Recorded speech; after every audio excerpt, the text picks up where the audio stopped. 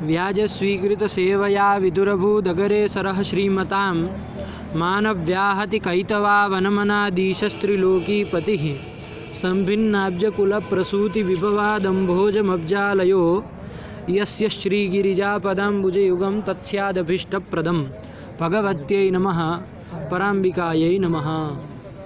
चलिए, तो कल क्या पाठ चला, एक बार वृत्ति सूत्र बोल लो फिर चालू कर। चुटु प्रत्ययाद्यौ चुटु हितौ सह इति जस्येत् संज्ञायाम्।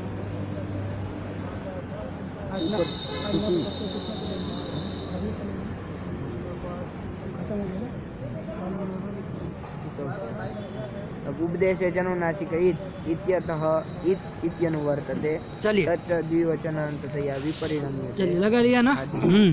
तो कल हम लोग विचार किए थे चुटु सूत्र में किए थे, है ना।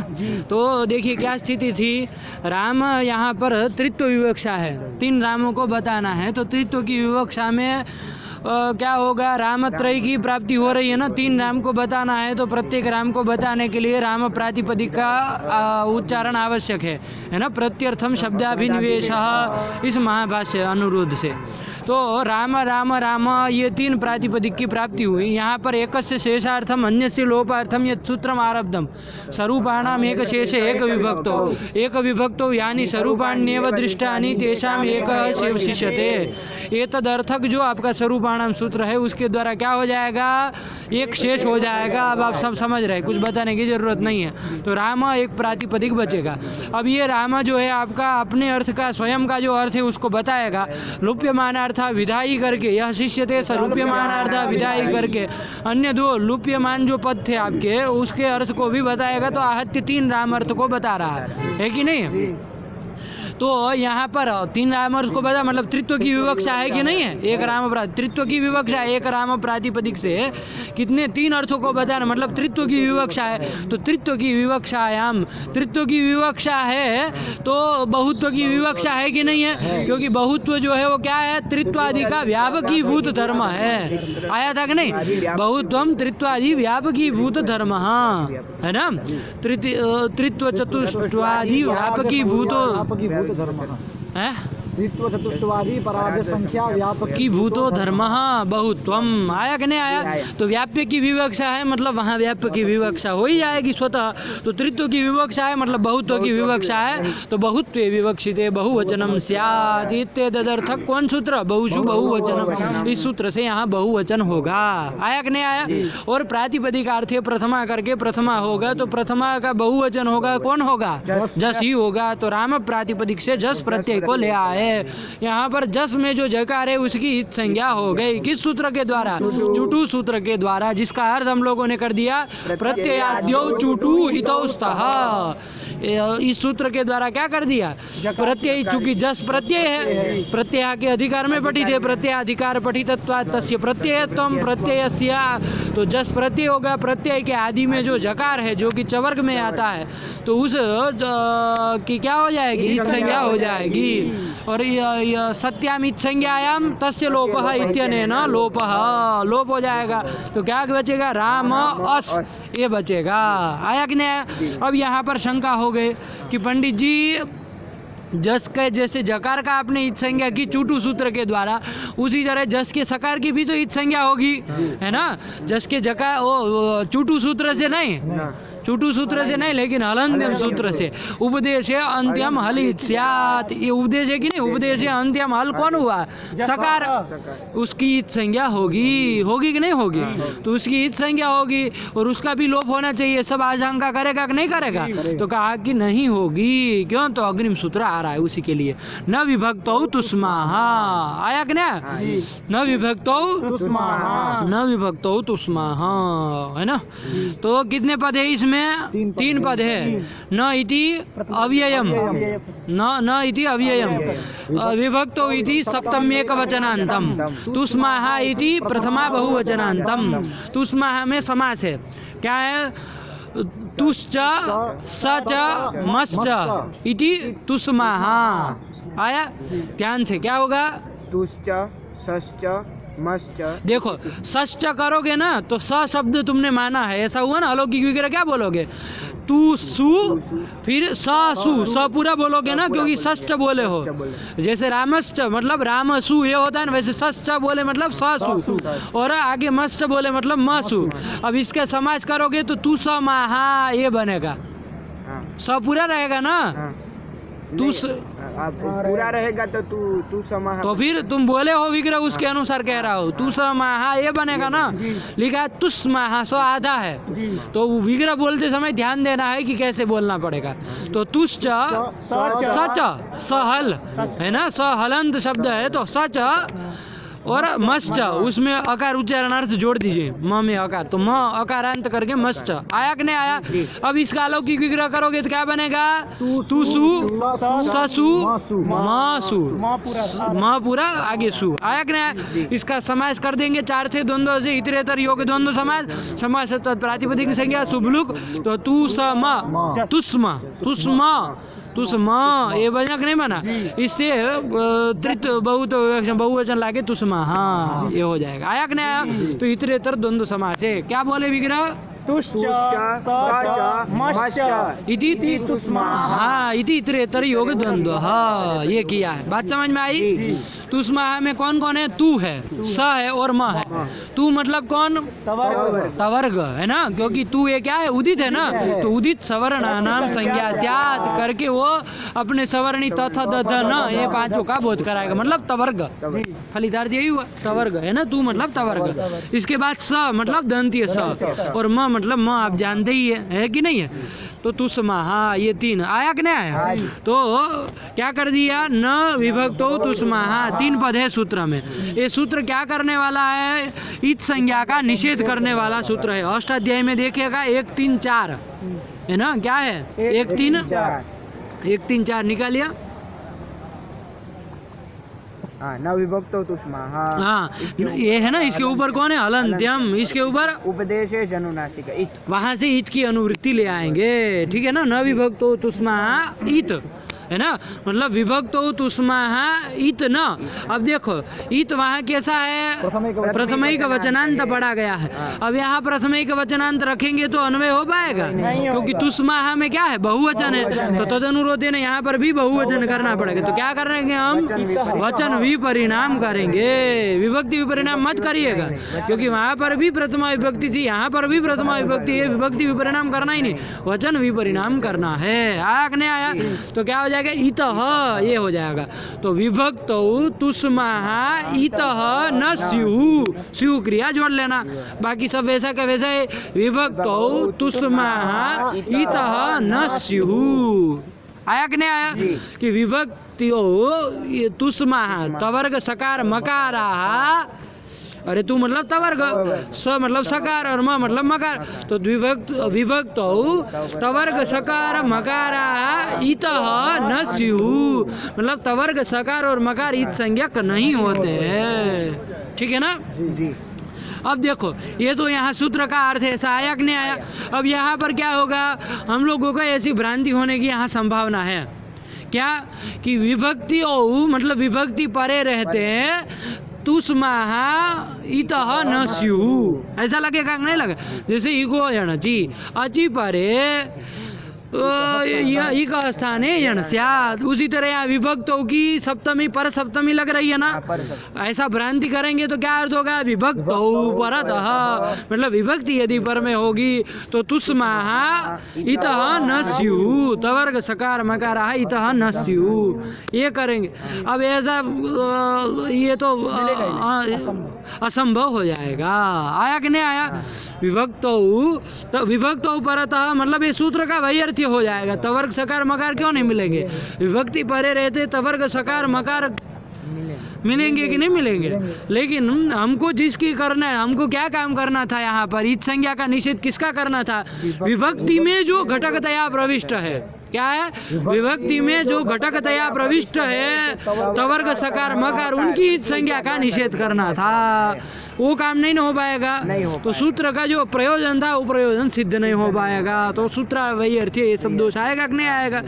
इसलिए क्या करेंगे हम, यहाँ विभक्तों की सप्तमी पर सप्तमी नहीं है, अपितु वहाँ पर सप्तमी जो है वो कैसी सप्तमी है, तो सामान्य रूप से सीधे से समझिए, विभक्तो इत्यत्र सप्तम्याः घटकत्वम अर्थः। क्या करेंगे, सप्तम्याः घटकत्वम अर्थः, सप्तमी का अर्थ है घटकत्वम, मतलब विभक्ति घटक जो तवर्ग सकार मकार, विभक्ति के घटक मतलब अवयव जो तवर्ग सकार मकार उसकी इत संज्ञा नहीं होती है, ये उन्होंने किया। आया कि नहीं आया कि विभक्ति घटक जो तवर्ग सकार मकार उनकी इत संज्ञा नहीं होती है। ये अपने पास रखो वहाँ पर, है आवाज पकड़ लेगा, नहीं पकड़ेगा। तो मतलब वो छूट ना जाए, कोई आना चाह रहा है और तुम ओके नहीं दबाओगे तो चलो। आया कि नहीं आया, तो अब दोष नहीं ना है, अब नहीं, अब वो विभक्तो परत वाला अनिष्ट अर्थ नहीं ना बनेगा। तो विभक्तो मतलब विभक्ति घटक तवर्ग सकार मकाराः इतो इतः इत संज्ञकाः न स्युः। आया कि नहीं आया। अब यहाँ पर ये तो हमने सामान्य रूप से आपको समझा दिया, सप्तमी का घटकत्व अर्थ है। वस्तुतः यहाँ विभक्तों की सप्तमी जो है वो कैसी सप्तमी है, अधिकरण सप्तमी है। वो घटकत्व अर्थ करके यदि आप समझ जा रहे हैं तो कोई गलत नहीं है, ठीक है ना। लेकिन वस्तुतः व्याकरण की परंपरा से भी तो कुछ समझिए, वहाँ विभक्तों की जो सप्तमी है वो सप्तमी किस में है, अधिकरण सप्तमी है, ठीक है ना। अधिकरण आप सब निकालने लगे, समझिए बात को, है ना। अधिकरण सप्तमी है कि भाई विभक्तों की जो सप्तमी है वो अधिकरण में सप्तमी है। किसका अधिकरण बता रहा है, किसका अधिकरण बता रहा है, तो स्थिति क्रिया का अधिकरण देखना है। क्या, स्थिति क्रिया का अधिकरण। जैसे समझिए, मैं बताऊं, घटे जलस्य स्थिति ही, क्या, घटे जलस्य स्थिति, घट में जल की स्थिति है। तो घटे में जो सप्तमी है वो सप्तमी कैसी है, अधिकरण सप्तमी है। कौन सा अधिकरण, तो स्थिति क्रिया का अधिकरण है ना, स्थिति क्रिया का अधिकरण। जल की जो स्थिति, वो स्थिति का अधिकरण है घट। आया कि नहीं। तो स्थिति क्रिया निरूपित अधिकरण अर्थिका षष्ठी है। आया कि नहीं। स्थिति अधिकरण को बताने के लिए षष्ठी है। बात समझ में आई कि नहीं आई। ये षष्ठी पर सप्तमी नहीं, ये सप्तमी विभक्तों की यहाँ पर जो सप्तमी है वो पर सप्तमी नहीं है, अपितु स्थिति रूप क्रिया का अधिकरण को बताने वाली सप्तमी है। आया कि नहीं आया। तो मतलब क्या हुआ कि विभक्तौ इत्यत्र सप्तमी स्थिति क्रिया निरूपित अधिकरण तावत अधिकरण को बताने की सप्तमी है। लंबा चौड़ा हो जा रहा है लेकिन घबराइए मत, कुछ नहीं उसको। स्थिति क्रिया अधिकरण को बताने वाली सप्तमी है। स्थिति क्रिया का अधिकरण अर्थिका सप्तमी है। आया कि नहीं आया। स्थिति क्रिया का अधिकरण मतलब स्थिति क्रिया उसमें रहेगी। किसकी स्थिति, तो तवर्ग सकार मकार होगी। जैसे जल की स्थिति घट में रह रही थी ना, उसी प्रकार तवर्ग सकार मकारों की स्थिति विभक्ति में है ना। तो स्थिति क्रिया का जो अधिकरण है उस अधिकरण को बताने के लिए यहाँ सप्तमी है, पर सप्तमी नहीं है। इसीलिए क्या कर दिया, विभक्ति स्थाः तवर्ग सकार मकाराः। आया कि नहीं आया। क्या दीक्षित ने वृत्ति लिखी, विभक्ति स्थाः तवर्ग सकार मकाराः इतः न स्युः। आया कि नहीं आया। उसका सरल रूप में कर दीजिए, सप्तम्याः घटकत्वमर्थ और विभक्ति घटकाः तवर्ग सकार मकाराः इतो न स्युः। विभक्ति के घटक मतलब अवयव, वही बात है ना। विभक्ति स्थ मतलब विभक्ति में स्थित जो तवर्ग सकार मकार उसकी इत संज्ञा नहीं होती है। आया कि नहीं आया, यही बात है। चलिए, क्या लक्षण नहीं है वो, विभक्तों की सप्तमी पर सप्तमी नहीं है, अपितु स्थिति अधिकरणार्थिका सप्तमी है।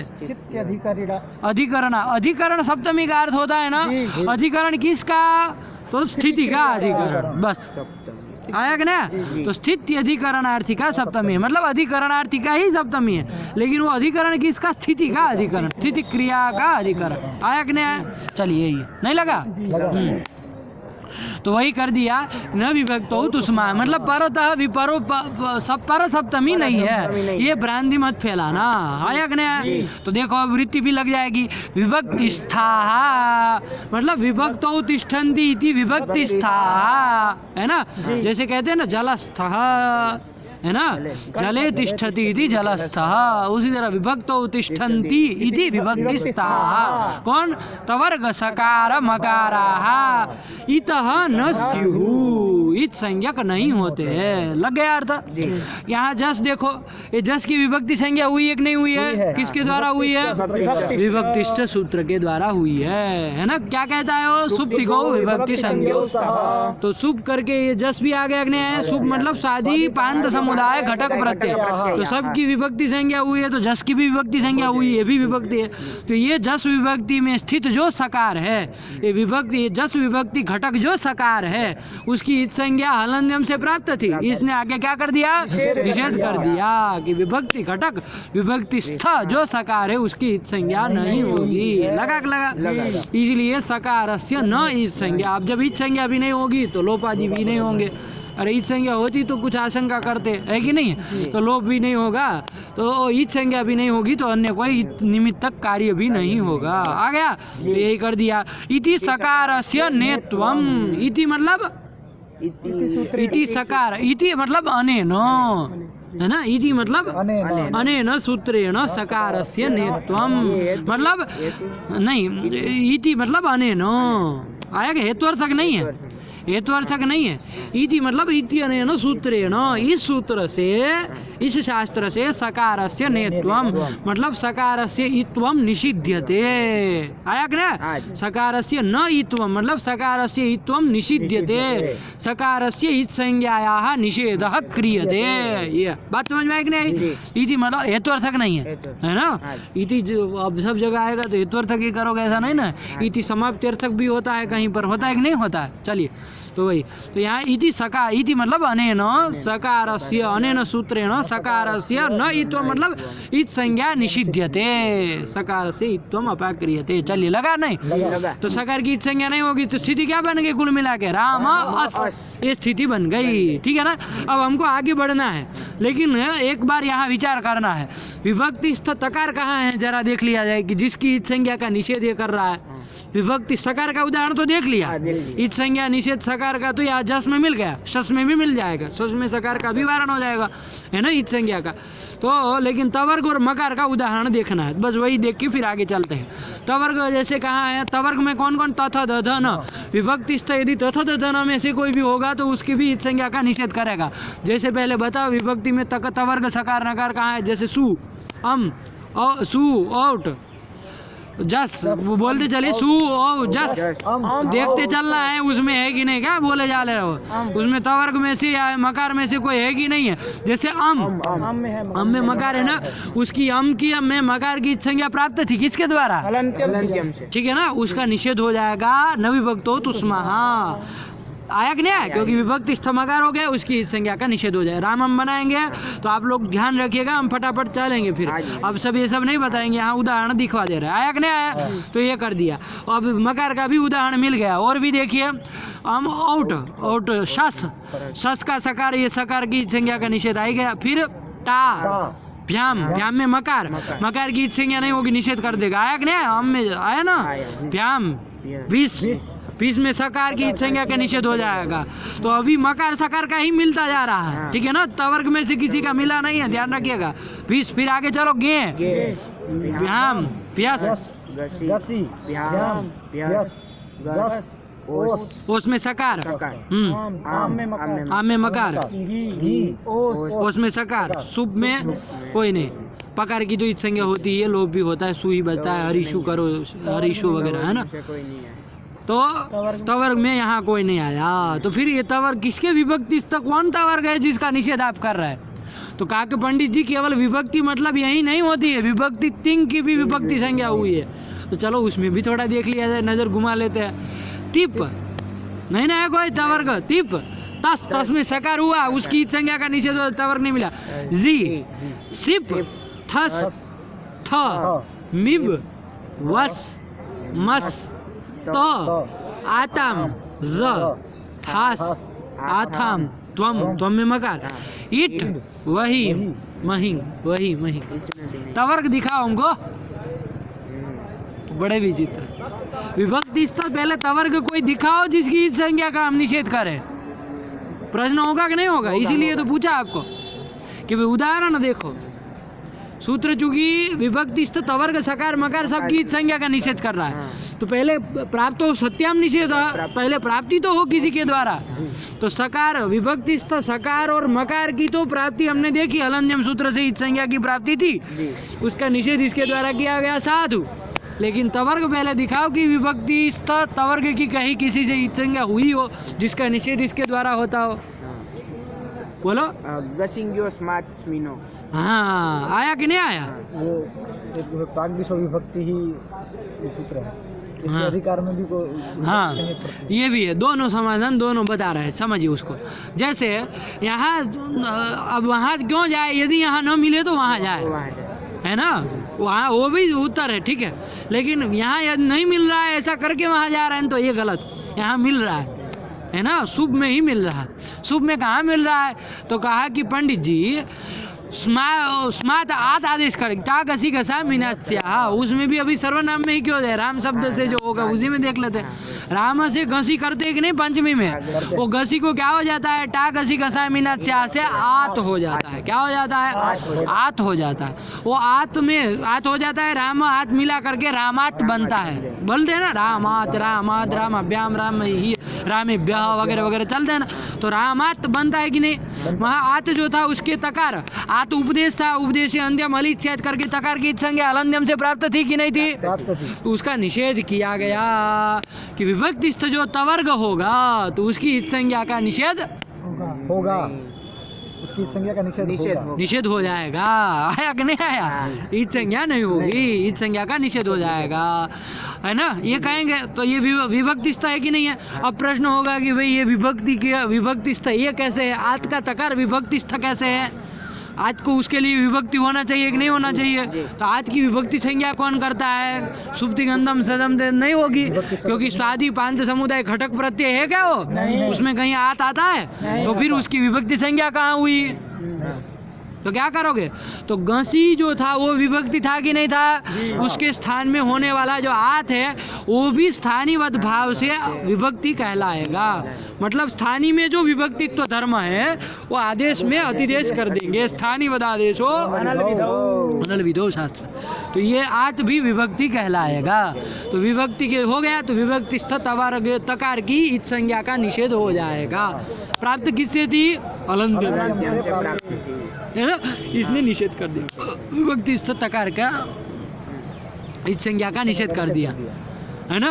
ये तो अब तवर्ग में तो बहुत सारे आते हैं, केवल त थोड़ी ना आता है, तथा दधन सबका बताओ, अरे सबका बताओ, केवल तथा दधन से काम चला, ये केवल आज से चलेगा। तो कहा कि न का भी सुन लो, कहा तो कहा कि गी के स्थान में स्मिन होता है कि नहीं होता है, घसी ग्यों स्माच स्मिन औ स्मिन होता है, तो स्मिन के नकार की भी गी के स्थान में हुआ है, वो भी विभक्ति है स्थानीय देश नल विधो से, वो स्मिन का नकार की भी ईच संज्ञा अलंत्यम से प्राप्त थी, इसने निषेध कर दिया, ये भी मिल गया। आया कि नहीं आया, तो इस तरह से एक एक का देखते चलना है। आया कि नहीं आया।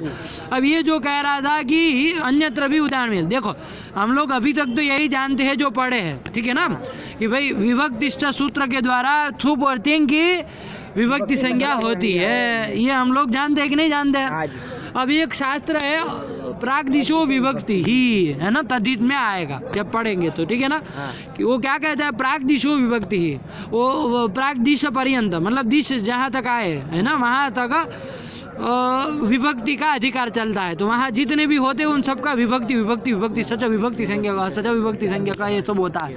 तो वहाँ पर भी बहुत सारे मिलते हैं। आया कि नहीं आया, क्या वहाँ पर भी विभक्तिस्थ तवर्ग सकार मकार मिलते हैं, उनका भी निषेध हो जाएगा। जैसे दानिम प्रत्यय वहाँ होता है, क्या दानिम होता है, जैसे इदानिम आप बोलते हैं कि नहीं बोलते हैं, तो वहाँ इदानिम प्रत्यय किया गया है, वो दानिम प्रत्यय है, वो वहीं प्राग्दिशो विभक्ति के अधिकार में आया है, किसी सूत्र से आया, आप देख लीजिएगा, है ना।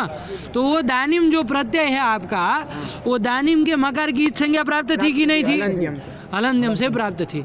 और ये जाके क्या कर देगा कि विभक्तिस्थ मकार की ईच संज्ञा नहीं होगी, निषेध कर देगा। तो वहाँ पर भी मिलेंगे ये तवर्ग के उदाहरण, ये वो कह रहा था, बात समझ आएंगे। लेकिन वहाँ कब जाए, जब इधर न मिले तो, है ना। वहाँ चले गए मतलब आपको इधर कुछ नहीं पता, ये हो जाएगा ना, आपको यहाँ का कुछ इल्म नहीं है उर्दू भाषा में, है कि नहीं है? यहाँ का आपको कुछ इल्म नहीं है, तब आप वहाँ जा रहे हैं। क्योंकि कोई आदमी यहाँ पास में चाय मिल रही है तो क्यों जाएगा लंका तक, हाँ है ना? यहाँ योग विभाग में चाय मिल जा रही है तो कोई क्यों जाएगा वहाँ तक, है कि नहीं है? तो बराबर है? नहीं हो तो बराबर है? अच्छी ना हो तो अच्छी ना, कुछ ऐसा हो तो ठीक है। यहाँ तो सब मिल रहा, अच्छी ही है, बढ़िया मिलती है ना? तो इसलिए अब जबकि वहाँ का आपको कोई प्रत्यय आपको पूछा जाएगा तब बता भी नहीं पाएंगे। जैसे बताओ वहाँ तवर्ग वाला कौन प्रत्यय है जिसका ये निषेध करोगे? चाय तो वहाँ लंका की अच्छी नहीं मिल रही है। तस्मात बनाते हैं। तस्मात इधर का ही है, स्मार्ट्समिनो वाला। बताओ बताओ वहाँ कौन प्रत्यय है प्रागदिशो विभक्ति में कि जिसका तवर्ग का उदाहरण तुम देना चाह रहे थे? इसी के लिए दिया था ना। तो फिर हवा में बारिश वो हवा में मतलब गोलीबारी करने का क्या मतलब है? कोई भी बिना मतलब का है कि नहीं है? इसलिए पंडित जी थोड़ा सोच समझ के बोला करो और विचार करके बोलो, है कि नहीं? चलो तो यहाँ क्या हो गया, प्रकृति में उदाहरण समझ में आ गए। इसी तरह आप लोग त और न का दिया, इसी तरह थ द ध न का देख लीजिए, थ द ध न, उसमें थ द ध इन तीनों का भी देख लीजिएगा, है ना? कहाँ मिलता है? इसमें तो अब नहीं मिल रहा है। थ द और न, इसका थ द ध इनका मिल रहा है कहीं? अब तो कोई आदेश भी ऐसे आत स्मार्ट स्मीन ये सब नहीं ना कर सकते हो। अब वो कह सकते हैं वो रामाद में रामाद बनता है वही। वो रामात का द जो है वो उपदेश है। नहीं नहीं अरे वो अज्ञात स्वरूप ज्ञापक उच्चारण था, कहीं उच्चारण किया था भगवान पाणिनि जी कि द नहीं ना है। आत जैसे उच्चरित है, कहाँ पर घसी वो टा घसी घसा मिनात स्याह, तो वहाँ आत उच्चरित है कि नहीं? उस तरह द उच्चरित है। नहीं वो द किससे होता है? जलाम देशो अंते, वहाँ द नाम लेके किया है कि द होता है ऐसा करके, चस्तु न किया है ना। अज्ञात स्वरूप ज्ञापक का उच्चारण नहीं ना है तो कहाँ वो उपदेश है? उपदेश नहीं ना है। नहीं समझ में आया? वो नहीं ना द का दे सकते हो, और कौन दे सकते? दूसरा हो गया तो देखेगा। अब वहाँ प्रागदिशो विभक्ति में ढूंढिएगा, ठीक है ना? आया कि नहीं आया? बात समझ में आया कि नहीं आया? अब यदि मान लीजिए कई वो तीनों का नहीं भी मिलता है तो अब हमें कोई आपत्ति नहीं है, क्योंकि हमको दो तीन तवर्ग में से दो तीन का पता, अब एक एक का नाम लेते उससे अच्छा तू कह दिया तो अच्छा हो गया ना। अरे त और न का मान लीजिए कोई नहीं भी मिलता है, ढूंढिएगा ही, सबका ढूंढिए, पूरे वो प्रागदिशो विभक्ति को रट जाइए और वहाँ देख लीजिए कितने प्रत्यय जो होते हैं जिसकी विभक्ति संज्ञा होती है, रट ही लीजिएगा। अच्छा ही अच्छा है कि नहीं है? और उसमें देख लीजिए और कोई ऐसा आता है थ द ध का कोई मिल रहा है तो उसकी निषेध होता है तो उदाहरण मिलता है तो अच्छा, नहीं मिलता है तो अब कोई हानि नहीं है, क्योंकि मिलना चाहिए, है ना? मिलेगा ही, वहाँ देखेंगे तो बहुत मिलेगा, लेकिन नहीं भी मिलता है तो अब हमें कोई हानि नहीं है ना? क्योंकि हमको दो तीन तो मिल गए था वर्ग में से, अब उसके लिए तू कहना जरूरी था। आया कि नहीं आया? कैसे इत्थम बनता है? इत्थम इदमस्थमु, इदम से थमु प्रत्यय के इदम थमु का थकार की आदि में है ना, किसके द्वारा इत संज्ञा प्राप्त है? मौ का अलंत्यम से प्राप्त है। इदमस्थमु में इदम शब्द। चलो छोड़ो उसको, वो तुम गलत कहीं का कहीं रोड़ा घुसेड़ रहे हो, समझो उस बात को। अब तुमने वो सूत्र का उच्चारण कर दिया है तो अब इस सूत्र में बता दे रहा हूँ, वरना आगे ही चलना था हमको। चलिए समझिए, देखो ये जो न विभक्त तुस्माहा है ना आपका, जैसे एक क्व रूप बनता है, क्व बनता है कि नहीं बनता है? क्व कुत्र, क्व गच्छति, कुत्र गच्छति कहते हैं ना, क्व है ना? क्व क्वेव भोक्ष्यसे, क्वेव भोक्ष्यसे है, क्व वो स्वाहा, क्व तस्यादित उदात्तम अर्धस्थम में। हाँ वहाँ क्व वो स्वाहा, तो क्व बनता है कि नहीं बनता है? क्व कैसे बनता है? थोड़ा प्रक्रिया देखिए फटाफट, कौन सूत्र हुआ, क्या हुआ? किमोत सूत्र है, निकाल लीजिए फटाफट। किमोत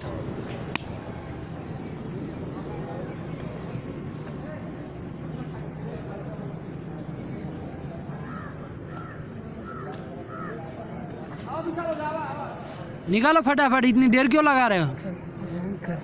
हैंग कर रहा है तेरे की किमोत, किमो फिर खंडाकार तो किमो लिखो ना, इतने में आ जाएगा। वाग्रहणम अपकृष्यते, सप्तम्यन्तात् किमोद्वा स्यात् पक्षेत्रल। हाँ, कुत्र बनता है ना, इत्यादि इत्यादि का वो चलेगा। अभी समझिए इसको, विकल्प से करता है, वही कह रहा वाग्रहणम अनुवर्तते। अर्थ क्या कहा? सप्तम्यंत किम शब्दात, सप्तम्यंत किम शब्द, ये तद्धित का सूत्र है, ठीक है ना। ये तद्धित का है तो वो तद्धित की विभक्ति किससे होती है? विभक्त्यंतादेव सुबंतादेव तद्धितोत्पत्ति। केवल प्रातिपदिक से नहीं ना आएगा। तो सप्तम्यंत जो किम शब्द, सप्तम्यंत जो किम शब्द, किम शब्द का सप्तमी रूप क्या बनता है? कस्मिन बनता है। क्या बनता है?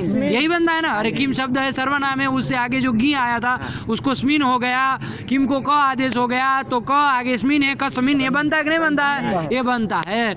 इसी अर्थ में क्व का भी प्रयोग होता है। क्व गच्छति, कस्मिन गच्छति, कस्मिन जलम अस्ति, क्व जलम अस्ति, इत्यादि इत्यादि बनता है कि नहीं बनता है? तो कस्मिन इसी अर्थ में बनता है। क कैसे बनता है? क्व, तो उसको समझना है। तो किम शब्द है, उससे सीधे आएगा नहीं, तो कैसे है? तो वो किमोत से सीधे अत प्रत्यय नहीं ना आएगा। किसे आया, कैसे आएगा?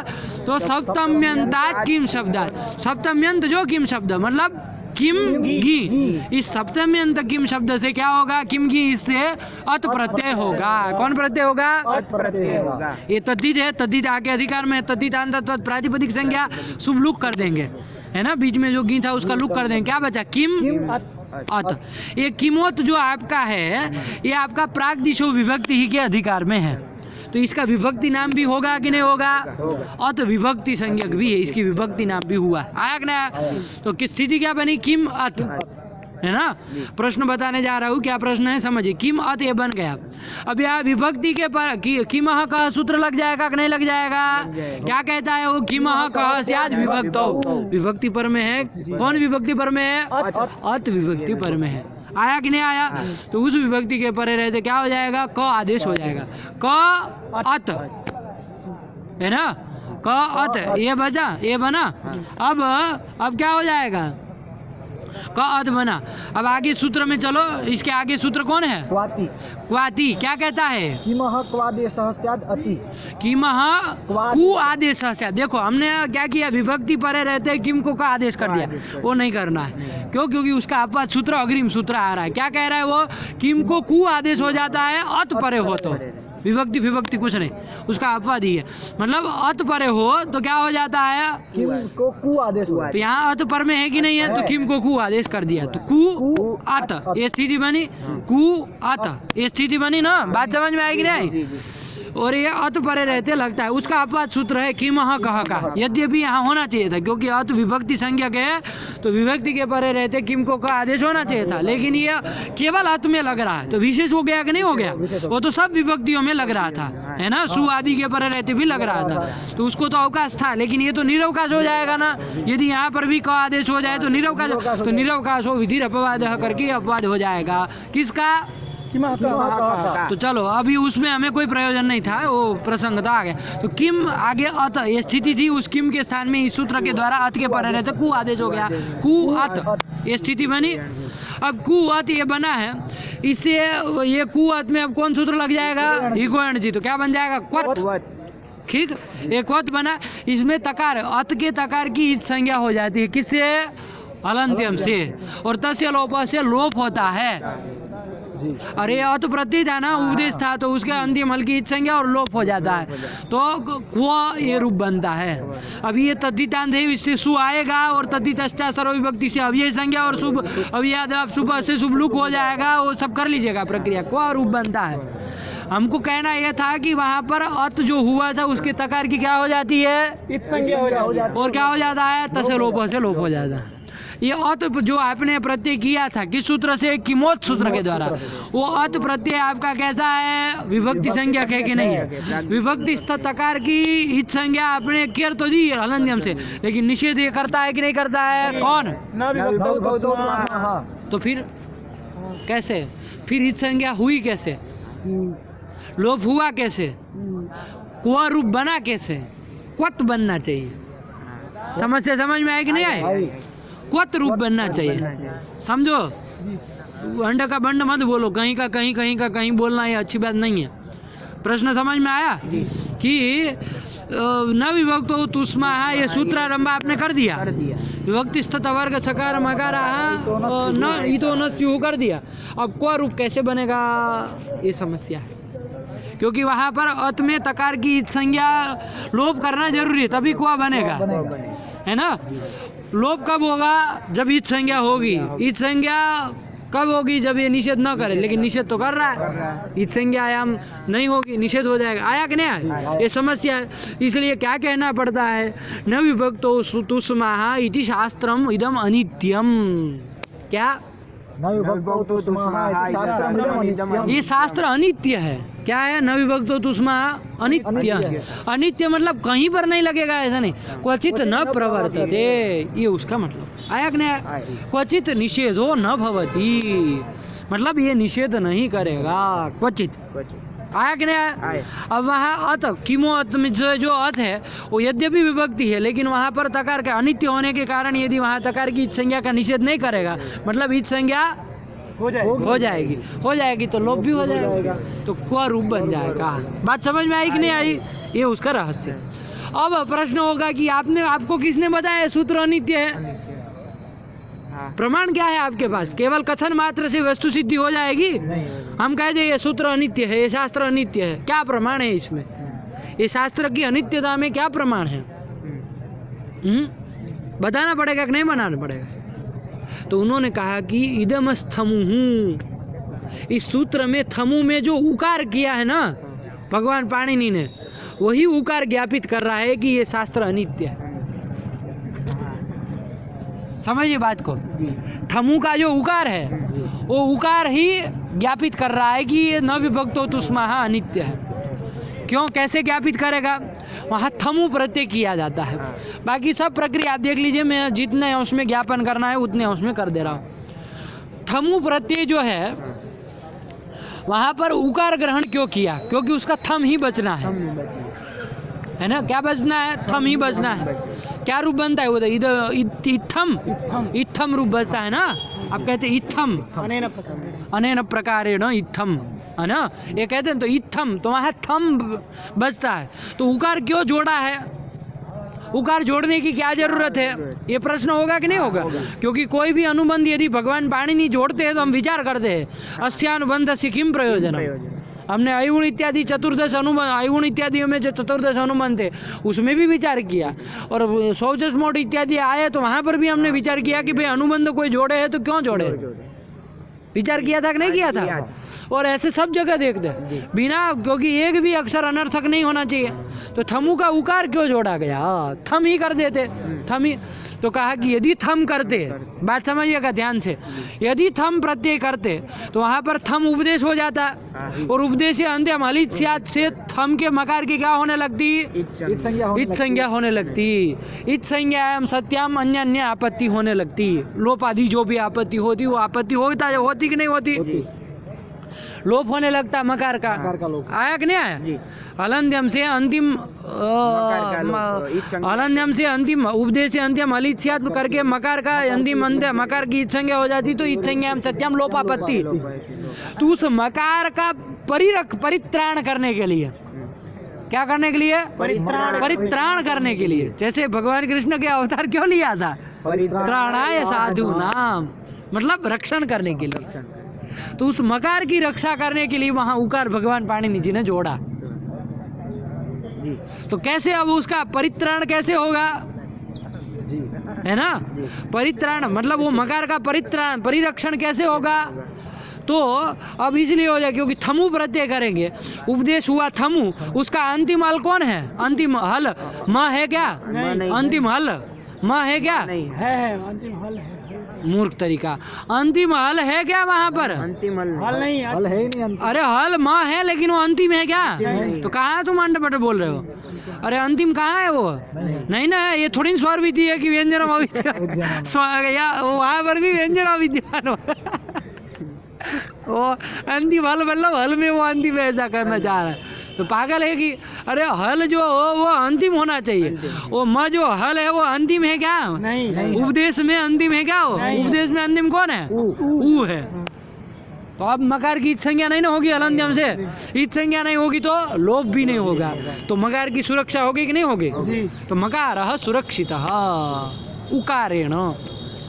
तो मकार सुरक्षा, यही मकार की सुरक्षा करने के लिए, मकार को सुविधा देने के लिए जो बड़ा प्रधान को मिलती, वही सुविधा देने के लिए वहाँ उकार जोड़ा है कि नहीं है? कि हट न जाए, मकार की संज्ञा न हो जाए। बात समझ में आई कि नहीं आई? ये प्रयोजन, उकार का प्रयोजन समझ में आया पहले? अब उकार की संज्ञा हो जाती उपदेश जनुनासिक ईच से, लेकिन उपदेश अवस्था में अंतिम हल मकार नहीं मिला, नहीं मिला, इसलिए उसकी संज्ञा नहीं होगी। उकार तो उसको अनुनासिक मान के उपदेश जनुनासिक ईच से ईच संज्ञा हो जाएगी, लोप हो जाएगा, थम बचेगा, इत्थम रूप बन जाएगा। मकार की सुरक्षा करनी थी, वो थे, हो गए। हुई कि नहीं हुई? ये हो गई। लगा? उकार की जब ईच संज्ञा करके लोप कर दिया। अरे पागल, वो थम थोड़ी न प्रत्यय है, वो उपदेश है। उपदेश कौन था? थमु उपदेश है ना। अरे अज्ञात स्वस्वरूप ज्ञापक उच्चारण कौन है? थम है क्या? थम उच्चारण किया किसी ने, इदमस् थमु उच्चारण किया। वो प्रश्न समझे उसका? कुछ नहीं। उपदेश है, वो कह रहे उकार की संज्ञा हो जाने पर अब थम में अंतिम हल मिल गया, लेकिन अब उपदेश नहीं ना है, सब भी तो चाहिए। उपदेश है अंतिम हल इच्छा, इसलिए कहते मूल सिद्धांत कौमुदी रटो तो काम आएगा, है कि नहीं? तो आया कि नहीं आया यहाँ पर? तो अब मकार सुरक्षित हुआ कि नहीं हुआ? पहले ऐसा समझे, किसके द्वारा सुरक्षित हुआ? उकार ग्रहण से। आया कि नहीं आया? अब यहाँ पर वो उकार की कोई जरूरत नहीं है, हमको कहना है, वही अर्थ है उनका प्रतिपादन। ये तो उकार का वस्तुतः प्रयोजन है, उदमस्थमु का बात हुई, इदमस्थमु में थमु के उकार का प्रयोजन विचार हुआ। अब हम कह रहे हैं वो उकार की कोई जरूरत नहीं है। क्या समस्या? उकार मत करो, थम ही करो, क्या समस्या है? आप कहेंगे मकार की संज्ञा हो जाएगी, लोप हो जाएगा, लोप होने लगेगा, है ना? वो थम के मकार की संज्ञा नहीं होगी, क्योंकि वो इदमस्थमु सूत्र प्रागदिशो विभक्ति के अधिकार में है। वो थम की विभक्ति संज्ञा है। विभक्ति स्थ मकार जो होती उसकी इस संज्ञा का निषेध न विभक्त हो तो उसमें से हो जाता है। विभक्ति स्थ मकार है ना, उसकी इस संज्ञा का स्वतः निवृत्ति हो गए, हलंत्यम से प्राप्त थी, उसका निषेध इसने कर दिया। तो जब इस संज्ञा का निषेध हुआ तो इस संज्ञा अभावात लड़ोपापत्ति, वैसे ही सुरक्षित ही है वो, कोई है ना? वो आपके राजा महाराजा की तरह थोड़ी ना, मतलब नेता की तरह थोड़ी ना, मतलब वो है दुर्बल, अपने पास उसका सामर्थ्य है सुरक्षित रहने का, है कि नहीं? विभक्तिस्थ है तावता ही उसका सुरक्षा हो गई कि नहीं हो गई? अब उसके परित्राणार्थ उकार करने की जरूरत है कि नहीं? नहीं है। तो ये उकार व्यर्थ हुआ कि नहीं हुआ? वही व्यर्थ होके क्या ज्ञापित करेगा? न विभक्तो तुष्मा इति शास्त्रम अनित्यम, ये ज्ञापित करेगा। आया कि नहीं आया? न विभक्तो ईच संज्ञा निषेधकम शास्त्रम अनित्यम, न विभक्तो तुष्मा इति शास्त्रम अनित्यम, ये उसने ज्ञापित किया। किसने? इदमस्थमु इत्यत्र उकार ग्रहणेन, है ना? उकारेण ज्ञापितम। किम ज्ञापितम? अब जब ज्ञापित कर दिया, अब चारितार्थी होना चाहिए कि नहीं होना चाहिए? बात समझ में आई कि नहीं आई? अब देखिए चारितार्थी हो जाए, क्योंकि न विभक्त तुष्मा शास्त्र अनित्य है कि नहीं है, क्वचित न प्रवर्तते। अब थम के मान लीजिए, थम में मतलब मान लीजिए वो नहीं प्रवृत्त हुआ, अनित्य होने के कारण नहीं प्रवृत्त हुआ, तो वो तो चला जाएगा, तो क्या हो जाएगा? उसका तो काम तमाम हो जाएगा, हलंत्यम से ईच संज्ञा हो जाएगा, तो हो गया ऐसी की तैसी मकार की, है कि नहीं है? मकार का लोप होने लगेगा कि नहीं बोला? अब वो मकार के परित्राणार्थ क्या करना पड़ेगा? उकार ग्रहण करना पड़ेगा। स्वाम से चारितार्थ्य आया कि नहीं आया? तो स्वाम से चारितार्थ्यम हो गया, है ना? और वचन सिद्धि हो गए, न विभक्तो तुष्मा इति शास्त्रम अनित्यम, फलम अन्यत्र देना है। क्या? कुआ। वहाँ पर इसको अनित्य मानने से फल क्या मिला? फल देना पड़ेगा ना कोई, कि भाई अत तो में जो अत प्रत्यय के तकार है उसकी संज्ञा हो गई, हो जाएगी, यही फल आया कि नहीं? और लोप हो जाएगा, कुआ रूप बन जाएगा। आया कि नहीं आया? क्योंकि क्वचित अनित्यता ज्ञापित हो गई, मतलब क्वचित न प्रवर्तते, ये निषेध सूत्र है ना, तो वहाँ अत में प्रवृत्त नहीं हुआ। आया कि नहीं आया? तो वहाँ ईच संज्ञा हो जाएगी। जब निषेध नहीं लगा मतलब ईच संज्ञा हो जाएगी। सत्याम ईच संज्ञायाम लोपः तकारस्य क्व इति रूपम सिद्धम। आया कि नहीं आया? ये फल मिला। ये पूरा का पूरा किस्सा कहानी है। लगा? चलिए, न विभक्तो तुष्मा इति। अब अनित्य मतलब अब हम अपने मन से लगा है कि अनित्य है तो जस में भी न लगे, ऐसा नहीं चलेगा। आया कि नहीं आया? वो क्वाचित का वो शास्त्र भगवान भाष्यकार बताएगा, आपका अधिकार नहीं है उसका निर्धारण करने का, आप कहे कि अब जस में सकार की संज्ञा क्वचित न प्रवर्तते, यहाँ पर भी न प्रवर्तते, विकल्प तब तो इसकी निर्विषयकत्वापत्ति आ जाएगी। अरे कहीं नहीं लग पाएगा, ऐसे तो आपका कहीं नहीं, वहाँ न लगे, वहाँ न लगे, वहाँ न लगे, निर्विषयकत्वापत्ति ही। अतः अनित्यम मतलब क्वचित न प्रवर्तते, वो स्थल क्या, तो वो भाष्यकार आदि शिष्ट प्रयोगों से, शिष्ट प्रामाणिक वचनों से हमको लगाना है। आया कि नहीं आया? समझ में आई बात पूरी की पूरी? चलिए यही कर दिया। न विभक्त हो तो उसमें आप पढ़ लो इसको, बाकी टीका टिप्पणी सब लगा लेना है ना, समझ में आएगा। यही सब बातें सब लोगों ने चर्चा की है, ना आए तो कल पूछ लेना। चलो पढ़ो मूल। न विभक्तौ तुष्माः विभक्तिस्थास्तवर्ग समामकारा इतो न स्युः इति सारस्य नेत्वम्। चलिए रखा जाए पाठ, इसको रख दो, इसको लगा लीजिए टीका टिप्पणी, फिर आगे अतो गुण से चले, ठीक है ना। चलिए व्याज स्वीकृत सेवया विदुरबूदगरे सरः श्रीमतां मानव्याहति कैतवा वनमनादिशस्त्रिलोकीपतिः संभिन्नाब्जकुलप्रसूति विभवादम्भोजमब्जालयो यस्य श्रीगिरिजापदाम्बुजयुगं तत्स्यादभीष्टप्रदं भगवत्यै नमः पराम्बिकायै नमः। अस्तु।